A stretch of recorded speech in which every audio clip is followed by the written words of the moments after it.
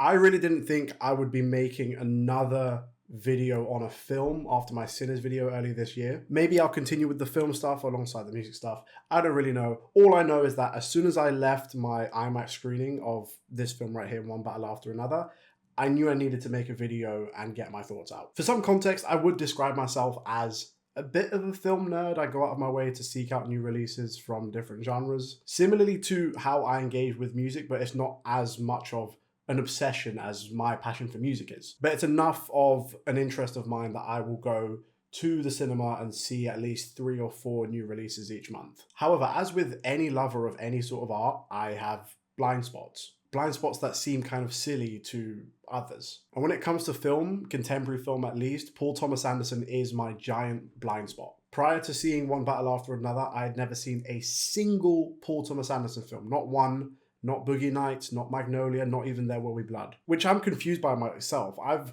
been aware of how beloved his films are amongst cinema lovers, his exploration of flawed, eccentric characters, and the emotional weight behind his projects. People tell me that his films are some of the very best pieces of cinema made in the last 25 to 30 years. Yet I've never taken the time to sit down and watch them. But after seeing this film right here, I am 100% locking in. My familiarity with Paul Thomas Anderson mainly extends to his work with Radiohead, who are my favorite band, and in turn his work with Tom York and Johnny Greenwood. I saw the Tom York Anima short film in IMAX back in 2019, and naturally it blew me away. It was beautifully shot and choreographed, feeling larger than life and intimate in equal measure, with this lingering sense of unease running throughout. But that was literally it. That was it. And now I will definitely be making sure to go back and watch his filmography, because One Battle After Another, it's the truth. The hype is real. I don't care. People online saying that this is one of the best films of the 2020s so far, or maybe even since the turn of the century.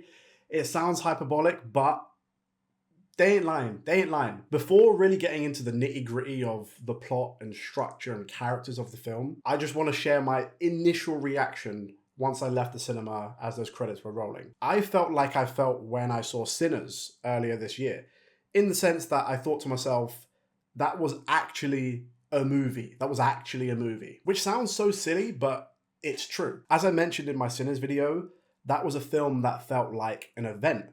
One that comes around once in a blue moon if we're lucky. And I think this film also fits very nicely into that category. Don't wait for this to be streaming on Amazon Prime or Netflix or anything like that. It is made with the very clear and explicit intent to see it in a cinema. Which again sounds so simple and self-evident, but in the last 10 to 15 years, the lines between TV and cinema and film have been completely blurred. It's the reason why we look at trailers like the new Mandalorian movie, for example, and think that looks like a TV show, because TV shows have basically become extended movies, and movies are being made with streaming primarily in mind. One Battle After Another is a big budget movie that bucks that trend. This is like $150-170 million movie. That's superhero movie money. Yet it feels and looks different. It's shot and structured with an explicit intent that it's viewed in a theater. It's beautiful to look at in that each shot feels weighty, sometimes imperfect, and full of contrast and color. The visual language itself has character and depth, clearly distinguishing itself from the ultra glossy, perfectly lit movies that we've become accustomed to viewing recently. But above all else, this film just has source. It just has the source. An intangible, indescribable energy and propulsion that needs to be physically experienced. You can have the most beautifully shot film with an amazing stacked cast and a wonderful score, but if you don't have the source, you don't have the source. It sounds stupid, but it's just that extra little thing. You know when you're sat in a cinema and you're watching something and then you feel it click and immediately you're like, I need to physically lock in. I physically need to lean in and lock in. What was running through my head as I was watching this film was, I'm locked in, I'm in good hands, I have no idea where this is going, but I'm in. And I had that reaction within the first 20 or 30 minutes. And this is a film that always centers itself back to character and the personal.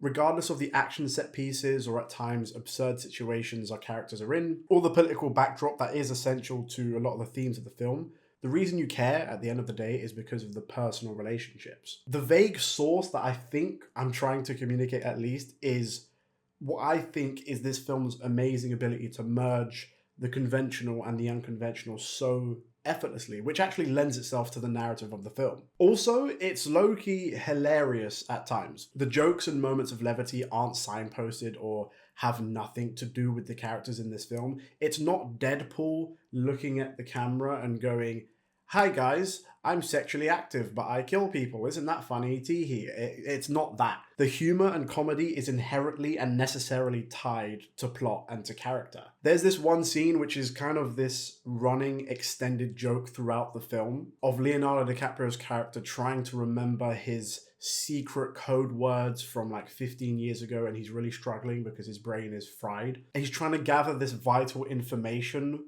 from this guy over the phone, and it's just hilarious. And it's something that's not funny outside of the context of the film, and I think that makes it funnier. And I haven't even talked about Paul Thomas Anderson's directing because it's ridiculous. It's amazing. Everyone has been raving about that one particular car chase scene in the desert, and if you've seen the film, you know exactly what I'm talking about. And that was one of the moments in the film where I felt the most tense and the most engrossed. Anyway, I'm going to try to stop waffling. Question is, what is this film actually about? What is the plot? There will be mild spoilers, especially for like the first third of the film. And the film does work better if you go in as blind as possible. I only actually ever saw the initial teaser trailer, and that was it. If you watch the full trailer and the second trailer that dropped as well, I think that might ruin the experience. Or not ruin it, but kind of taint it. Go in as blind as you possibly can, but this video will have some spoilers, especially for the first portion of the film. So, as all the marketing material would suggest, Leonardo DiCaprio's character is our central focus. He plays this guy called Pat, who's a part of this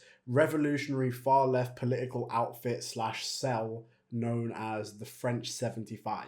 Pat's role is primarily as the distraction guy, setting off explosives and fireworks as the rest of the group are breaking out detained immigrants from detention centers. He's not the leader or the hero of this group. He's not the one subduing and tying up army officers, and the fact that that's his role is integral to his character and the wider plot. His partner in crime, literally, and lover, is another member of the French 75, Tiana Taylor's amazingly named Perfidia Beverly Hills. The film actually opens with her as we see her train, organize, and exercise preparing for their latest mission. During this mission, as they're breaking out these detainees, she encounters this facility's commanding officer called Stephen Lockjaw, played by Sean Penn. Now, I will get onto the characters and performances later on in this video, but off the bat, I will say that Sean Penn should probably get his third Oscar for this performance. It's next level, it's ridiculous. Anyway, Lockjaw is overpowered and humiliated by Perfidia.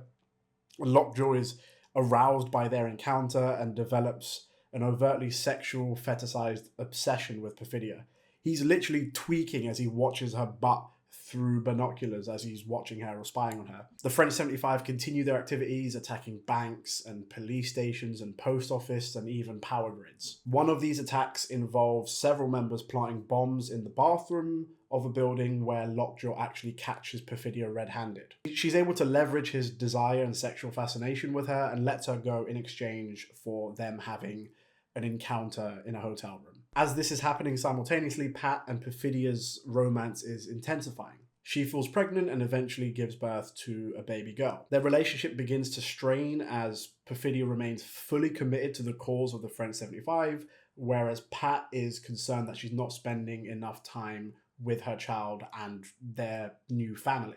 Inevitably and predictably, one of their jobs goes wrong. During a bank robbery, Perfidia shoots and presumably kills a security guard and is eventually captured as the rest of the 75 try to scatter and escape. Naturally, Lockjaw is very invested in her situation and arranges a deal. In simple terms, if she rats out and snitches on the other members of the French 75, she will avoid prison. The deal is agreed, Perfidia is now in witness protection, and at this point Lockjaw locks in. He starts hunting these people like he's Hans Lander. He shoots a bunch of them on sight as soon as he finds them, whilst others go into hiding. Pat naturally catches wind of this, and alongside his daughter, they go into hiding under new names and identities. Their new names are Bob and Willa Ferguson. Once Lockjaw has completed his mission, he actually returns to where she's in witness protection with some flowers. She's not there, and he finds out she's fled the country south of the border to Mexico. Now, I know that this sounds like a massive chunk of the plot, especially when I said I'm going to try and keep it as spoiler-free as possible. However, this section of the film turns out to be a very extended prologue for what the rest of the film is actually about. This opening section is presented to us at a blistering pace, collage, kaleidoscope style, and then all of a sudden, it's been 16 years since this all went down.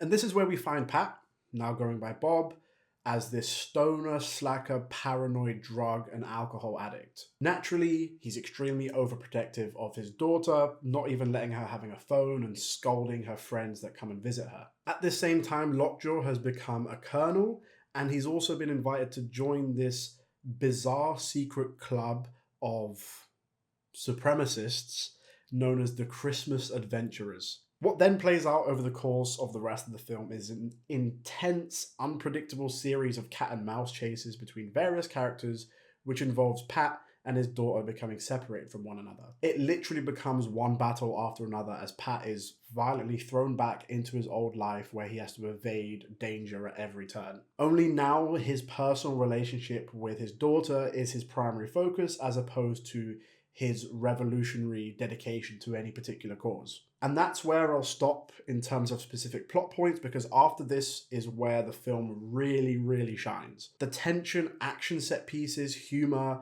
and propelling story hooks you until the very end of an almost 3-hour movie. And that runtime doesn't drag for a single second, not for a moment. For me, it didn't feel like there was any wasted scenes, wasted piece of dialogue, over exposition, or unnecessary filler. This is like the shortest, longest film I've ever seen. By the time the credits were rolling, I was thinking to myself, there's no way this film was that long. I fully could have sat there and watched another 90 minutes or 2 hours. And that's a testament to the pacing and structure of the film. We stay with characters just as long as we need to before moving on to the next. But dialogue and action scenes both exist to service characters first, plot second. All of this contributes to a world that feels real and lived in. Our characters are flawed, and not in minor ways. They up pretty badly at times, because that's how it just would happen. It's this larger than life action political thriller that is rooted in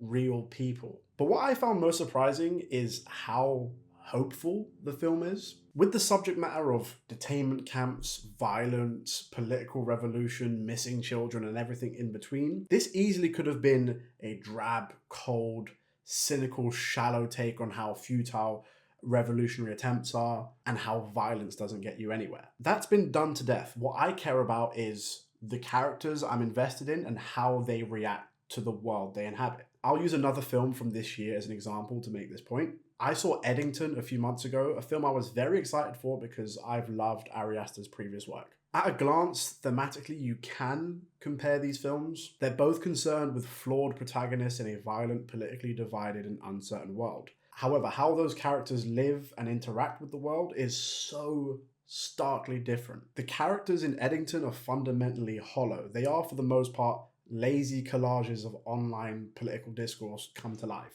Ironic, considering the film overtly attempts to inject nuance into these characters and show the absurdity in all of them, regardless of their political affiliation or leanings. But the film's lazy, extended attempt at social commentary sacrifices any investment in its characters for me, which thankfully does not happen at all in this film. In Eddington, Ari Aster fundamentally didn't really bother or care to invest in his own characters, which is why I struggled to do the same. Paul Thomas Anderson, in One Battle After Another, takes a completely different approach. It's why even when we have these moments of absurdity, I still care and remain invested. Grounding all of this character work is, of course, Leonardo DiCaprio and his portrayal of Bob/Pat. He's the protagonist of this action thriller, but he's not an action hero. He's actually pretty useless. He can't even keep up with some kids trying to help him out because he can't make this jump and falls into a tree and ends up being arrested. That is what would happen to someone like this who spent a decade and a half frying their brain.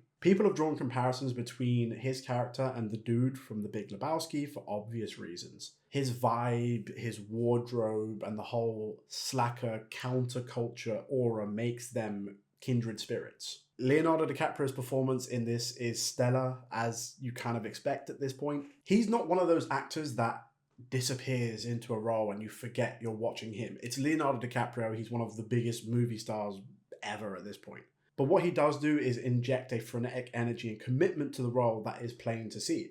And also, in my opinion, it's maybe the funniest he's been in a film, and that's including The Wolf of Wall Street. His character is fundamentally someone constantly playing catch-up, unsure of the technology and customs of the present day as his past simultaneously tries to catch up to him. It's unhinged at times, and I actually think it's one of the more vulnerable, but subtly vulnerable performances in his career. Not because there's some super sentimental, tender moment of him weeping to the camera or having some Oscar bait-esque emotional breakdown where he's screaming and kicking and shouting on screen. It's nothing like that. But just in his portrayal of someone who is kind of useless. His paranoia is ultimately his main enemy, and without spoiling it, his journey isn't about defeating something that's necessarily tangible. It's not about catching the bad guy or shooting the bad guy and then he wins. It's about him letting go of his paranoia and his overprotectiveness,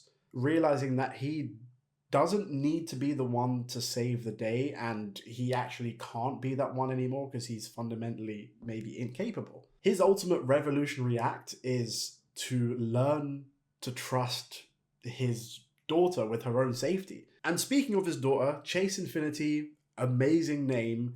In what is, I think, her first film role, she killed it. She absolutely killed it. In this film, she's just built different, and this is a role that could very, very easily go sideways really quickly. The role of the headstrong, assertive, slightly rebellious teenager can so easily come off as insufferable and pretentious. But it never does, and that goes back to how she's written. She's written with equal amounts of hope and capability. And really refreshingly, she's written without unnecessary cynicism. It's almost as if Paul Thomas Anderson doesn't detest Gen Z and young people. I'm not naming any names, but Eddington Ariasta, I don't think he's the biggest fan of young people. Tiana Taylor is amazing as Perfidia 2, stealing virtually every scene she's in. She's in the film relatively briefly when you compare it to other actors, but what she lacks in screen time, she more than makes up for in sheer power and screen presence. Benicio del Toro plays this wise, sage-like karate sensei who appears to be the calmest man in the universe, and I love how, again, without spoiling it, but Pat pulls him into his world of chaos, and he's just like, yeah, I guess we're doing this, I'll help you out, tell me what you need. And I must mention Regina Hall too. She brings the heart and guiding light to a large section of the film, especially in her scenes opposite Chase Infinity. But as amazing as all the performances are in the film, the cast is top-notch. There's one performance that's just different. It's different. Sean Penn as Lockjaw is a top tier movie villain, and a villain in every sense of the word. His character is nasty, self-serving, vindictive, and uncomfortable to be around, uncomfortable to even look at times. Not just for the fact that he is, violent and racist, which is, those things are bad. I don't think you should be violent or racist, but also in how he attempts to reason and justify his own actions and thought processes. Sean Penn injects this character with strange physical idiosyncrasies that add to how unsettling he is. He has this terrible haircut, constant facial tics, and a stiff, robotic-like walk. It all feels as if his character is an alien attempting to assimilate with the humans around him. His character and his associates, the Christmas adventurers, aren't just these absurd racists. They are, and Lockjaw in particular, representations of what happens when you take the idea of self-service to its extreme. Naturally, Lockjaw, the Christmas adventurers, and the revolutionary tale of this film in general have sparked debate about the politics of the film and how it ties into the real world. People are calling it timely. Lockjaw and his gang aren't a metaphor for racism. There's not an attempt at subtlety with their stances and their views. They are overtly awful, ugly, insane bigots. Importantly, they are all wealthy men in positions of power. To me, the film clearly doesn't shy away in arguing that racism in the USA is perpetuated from the top down.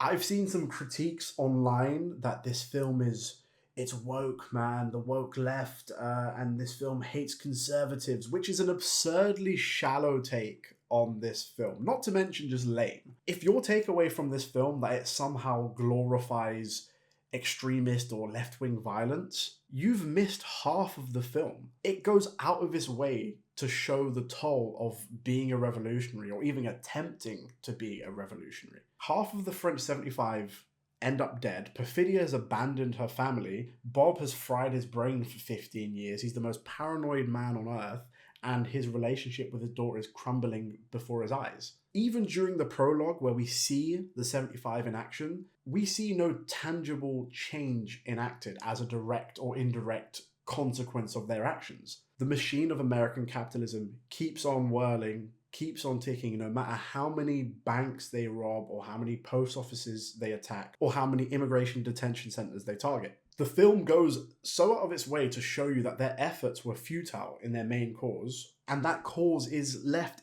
kind of vague, and I think that's intentional. I'll give you an example to demonstrate how little reactionary conservatives even paid attention to the basic aspects of the plot. This Fox News review of the film describes Perfidia running off, presumably to Cuba, when the film literally shows on the giant screen her going to Mexico. It's not vague at all. Anyway, I'm getting off topic, but I will say this. I am not a fan of conservatism as an ideology. I don't like capitalism. I think it's pretty shit overall.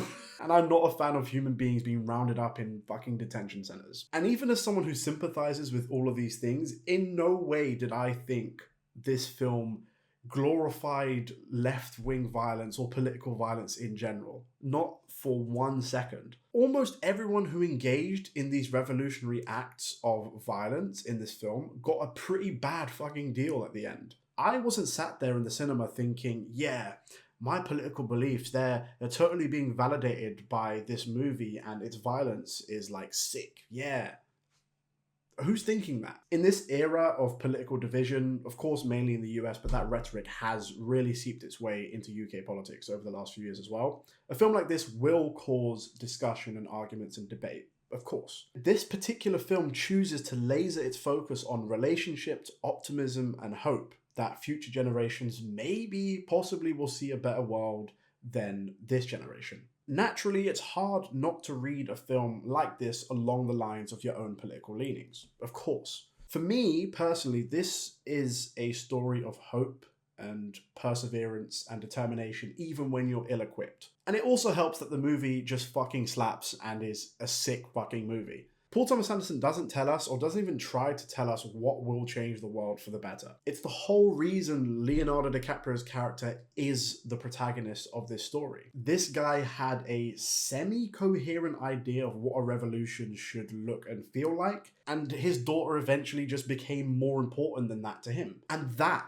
space is where the valuable questions lie. Can you judge someone for changing their priorities, for centering their intimate relationships over trying to change the world? That's where Perfidia and Pat fundamentally disagreed, and they both had to deal with those consequences. I think the most obvious thing we can infer from this film, and in relation to Paul Thomas Anderson's personal political beliefs, he probably thinks authoritarianism is bad, which it is. That shouldn't be a hot take to think authoritarianism is bad. But in today's political climate, apparently it is a hot take to think that. Lockjaw mobilizes a small army to a town for what is effectively a personal vendetta. That is not a good thing. His crusade was personal and vindictive and spiteful, backed by the might of his privilege and wealth. His evil can't and doesn't exist in a vacuum, and that's an area the film doesn't shy away from. I'm planning on seeing this again in VistaVision this coming Sunday. By the time this comes out, I may have already seen it for a second time. But as I'm making this video right now, in this moment, I want to point out and end with one particular moment in this film, which I think is so simple but so powerful. It's while Pat and Sergio, which is Benicio del Toro's character, are driving. It's one of the few moments where Pat gets to catch his breath and take stock of the insane situation he's currently in. He's looking for his daughter, worried about her safety, and it's literally a life and death situation. He doesn't break down in tears, screaming to the gods saying, "I love my daughter, I should have been there more for her, I'm so sad," and he's, crying uncontrollably. Like I mentioned previously, it's nothing so on the nose like that. He simply says, "I don't even know how to do her hair, man. I don't know how to do that right." And to me, that line tells me everything about his relationship with his daughter, layered with so many other things as well. His character had aligned himself standing shoulder to shoulder with black women, particularly committed to the cause of revolution and equality and equity. A noble, very worthwhile cause, of course. But in seeing the world solely through this lens, he unknowingly neglected its nuance. Not knowing how to do his mixed-race daughter's hair makes him reflect on both his parenting and his politics. He's filled with regret that he couldn't connect with this daughter on this seemingly very basic level. This may be reaching a bit, but the film goes out of his way to show us this happening on a couple of occasions. But at points, we are shown Pat tying his hair back on several occasions into like a bun or a man bun. He knows how to do that. By virtue of that fact, we have to assume the reason he can't do his daughter's hair right is because of its texture. And it's also maybe the most personal point of the film for Paul Thomas Anderson as well, as he himself has mixed race children. A brief but revealing moment of self-reflection from the director himself inserted into the film. It's so subtle, you'll blink and miss it. It's moments like these that separate this film from almost anything out there right now. In a film that is as fast-paced and high energy and high octane and propelling and tense as this, our protagonist still has a moment to reflect on something comparatively trivial yet so important. And that's what I choose to take away from this film. In the midst of an uncertain world of chaos and division, of increasing political dog whistling, at this point it's not even dog whistling, it's just dog shouting, to remind yourself to appreciate and focus on the relationships that matter, on the relationships that will shape our future, on the things at the end of the day are the only things we know for sure we can control in the immediate. But yeah, I think this film is amazing. I think it's a masterpiece. I'm obsessed with it. I'm going to see it again, probably at least a couple more times. I'm looking forward to discovering all of Paul Thomas Anderson's work, because if any of it is anywhere near as good as this, then I've missed out on one of the greatest filmmakers ever, apparently. So I'm a lock in.